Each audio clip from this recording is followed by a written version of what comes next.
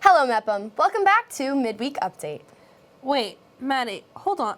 This show's not Midweek Update anymore. It's now the monthly update. Oh, yeah, I forgot about that. In case you don't know what's happening, here's a rundown. Midweek now airs once a month, featuring the best packages made by students right here in BMB. And our new show, The Beat, took its previous weekly spot. It gives you the news on everything happening in the local Bellmore-Merrick community. Well, since it's now the monthly update, there's a lot we have to catch up on. A huge thing that happened in the last month was STN, where BMB went to Tampa and participated in several competitions.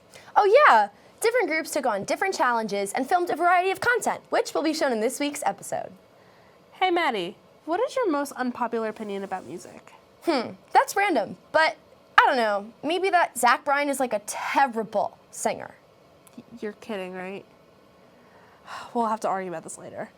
But one of the STN challenges was a vertical man on the street package, where the prompt was, my unpopular opinion is. Here's Hallie Gillison finding out the most unpopular opinions. What's up, Tampa? Today we're putting music taste to the test. Over there's the Riverwalk, over there's you, Tampa. Let's see what hot takes we can uncover.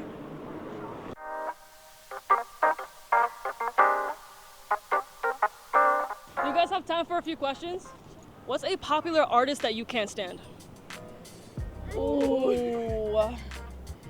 Listen, I will die on this hill. Drake, you have great music, but your personality is terrible. Or Bruno Mars.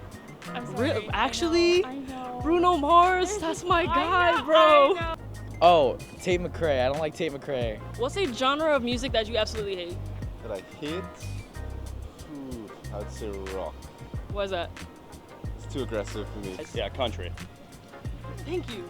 Thank you. Yeah. Oh, you give me a high five? Yeah. There we go. What's your most unpopular opinion on Taylor Swift? I don't know. I literally know nothing about her music. I really listen to don't her like at how all. she's always shown on football.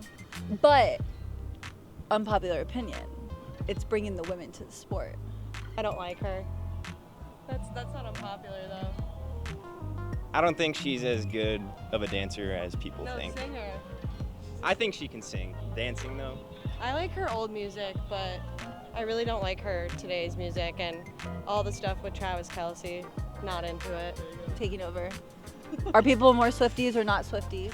I feel like Taylor Swift is popular enough for enough people to be Swifties, but me personally, I am not. Why are you not a Swiftie? I just can't get behind it. I agree. But why? But why? I don't know, her voice pisses me off a little bit, not gonna lie. Okay, I agree. As you can see, music taste is clearly not universal, but in the end, every unpopular opinion adds to the soundtrack. For B&B, I'm Hallie Gillison.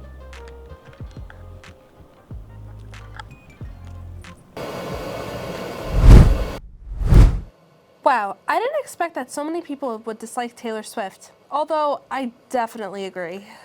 Me too. At least that's one opinion we can agree on. Anyway, it was cool to see what Tampa Bay had to say on that topic. Speaking of Tampa, do you know they're expanding the Riverwalk? Really? I had no idea. I do know that the Riverwalk is a staple in that community, so I wonder how the expansion will affect it.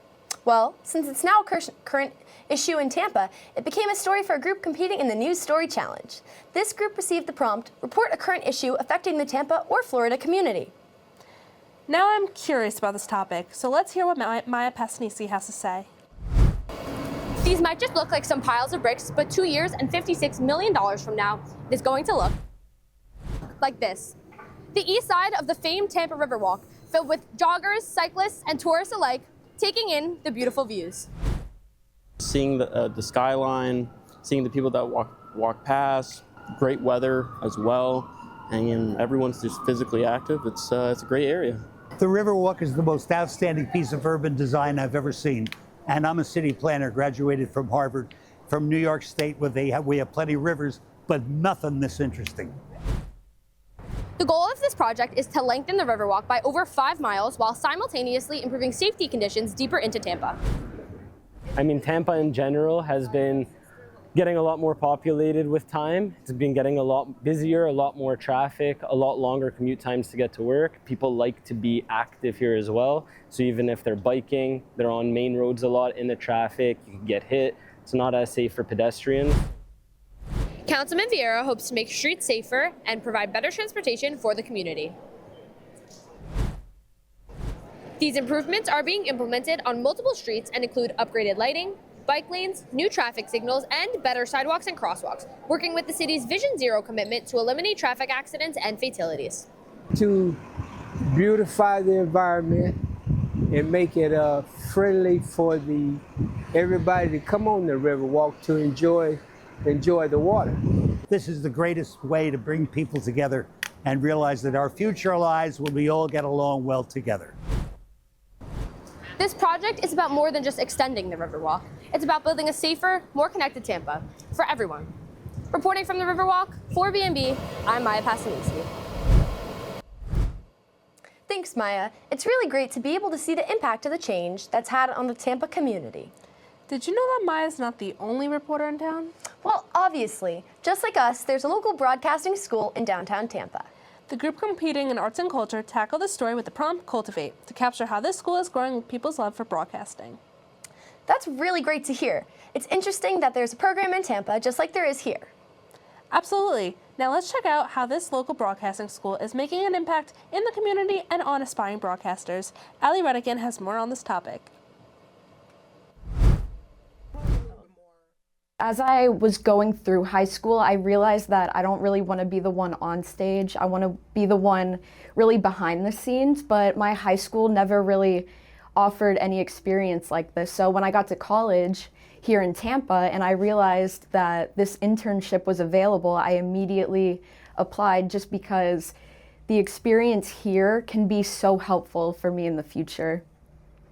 In the heart of Tampa, creativity and education come together here at the Tampa Bay Art and Education Network, a place cultivating the next generation of broadcasters, artists, and storytellers.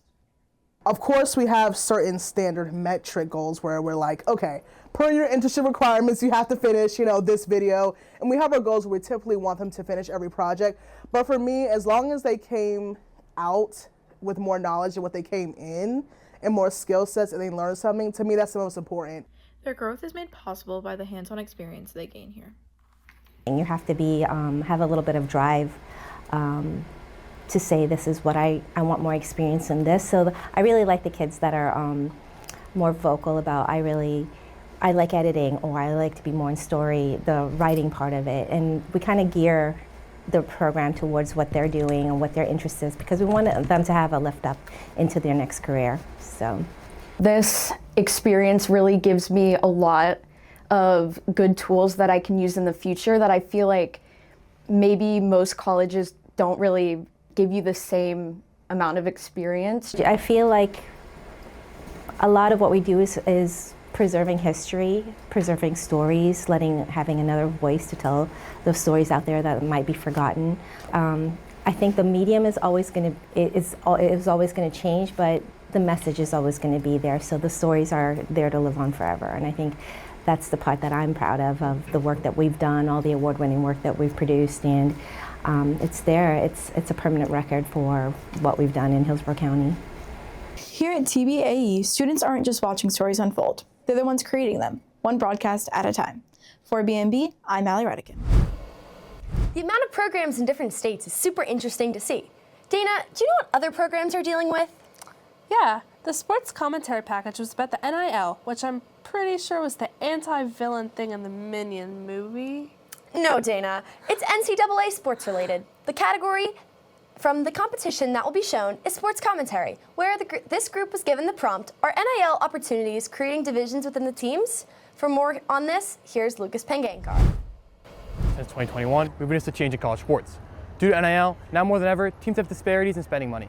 NIL specifically because of a decrease in team loyalty, especially hurting the ways coaches run their organizations and recruit, therefore impacting the overall team dynamic. Across college sports, football has spent over $87.5 million in 12,000 collegiate deals, including the top teams like Texas and Texas A&M spent over $41.5 million. The Big 12 has 23.1% of the revenue going towards quarterbacks, specifically, which can easily foster jealousy and tension in the locker room. If NIL collective money is divided unevenly by certain groups, of course there will be a resentment between different groups, units on the team. Players also care more about their personal brand, prioritizing themselves over team chemistry. Recent studies show 31.3% of college players point they expressed concern with NIL disrupting team culture and motivation shifting away from football. LSU coach Lane Kiffin said, suggested money has changed players' motivations. Players who have a large social media presence begin to earn more than other players who are not as involved with social media, which then changes the team hierarchies. Shouldn't we be focusing on skill and ability over followers? Many coaches experience these divisions, even the best of all time, Nick Saban. He said himself, NIL turned roster management into a year-round negotiation. This causes the player-coach relationship to become more transactional than developmental. Gary Patterson, former TCU coach, has reported losing 25 to 30 players a year due to NIL. NIL opportunities had impacts on the mental health of these players, with 21% of these athletes feeling added pressure to perform, shifts away from the team focus. As a whole, NIL has shifted the theme of college football from competition to a business of greed. Wow, I just realized I really do not know anything about college sports. Well, let's start off with something a little bit smaller, such as the beginning of spring sports. Bianca Muniz can explain it to you.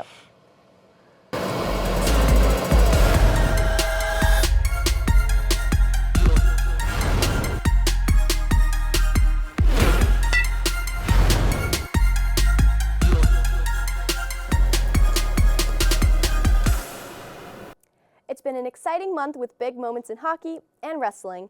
The Bellmore-Merrick Bulldogs varsity hockey team secured their first New York State Hockey Championship, finishing atop Conference 1 of the New York Islanders High School Hockey League and clinching their spot among the state's elite and punching their ticket to nationals in Minnesota.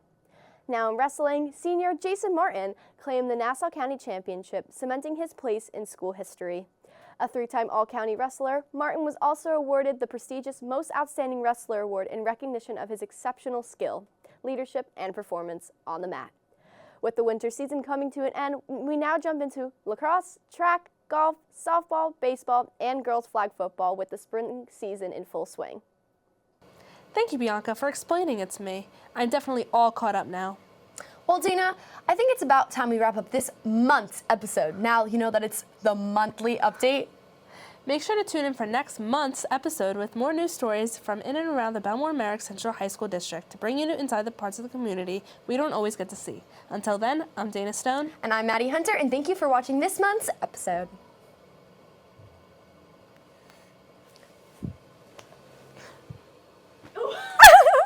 Oh, hi, Bianca. Ow. No, what are you looking at? Just kicked two you guys. Diva. Diva alert.